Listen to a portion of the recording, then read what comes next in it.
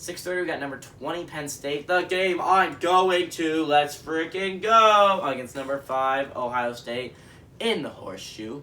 Ohio State's favored by 18.5 points on ABC. And right off the bat, I can tell you, I would 100%. Like, there are certain games where I'm like, I don't want to touch, right? Like, I don't know what the heck's going to happen in that game. We could easily not cover, right? I would just throw money at Penn State to cover. Just absolutely throw it.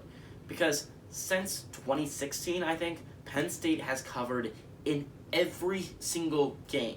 Every single one. Even last year, when they lost by, like, double digits, right? Still covered because it was a 21 point spread or something like that.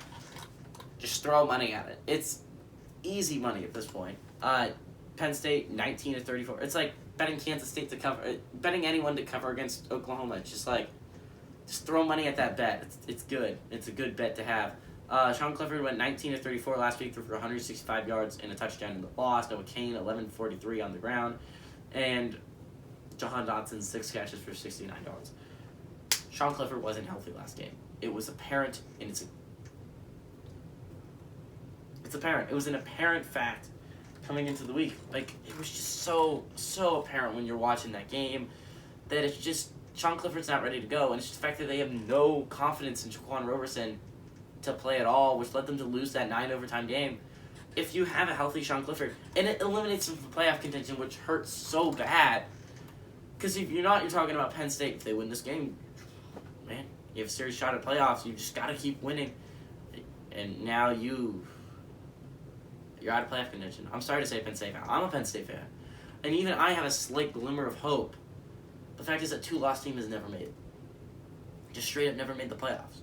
You would have to have some seriously insane stuff go down to make it. And I just don't think that stuff's going to happen.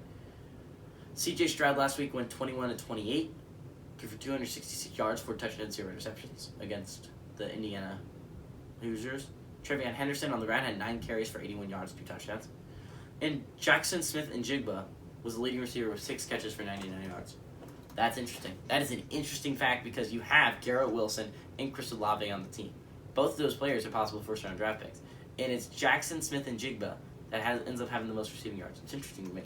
Ohio State's 21-14 against Penn State all time. Last 4 have gone to Ohio State. But 3 of the last 5 have been one-possession football games. They have played close football games. Penn State obviously gives Ohio State their best every year. And obviously Ohio State has given Penn State some heartbreakers. 2 one-point losses for Penn State. Obviously, the 2016 game was huge because before that game, Ohio State was ranked 2nd in the nation. Penn State wasn't given much of a shot to win it, and they ended up beating them at Beaver Stadium. Now, again, they haven't won at the Horseshoe in a while. I still think Ohio State's going to win this football game. Give me Penn State to cover. I just feel like it's an easy bet.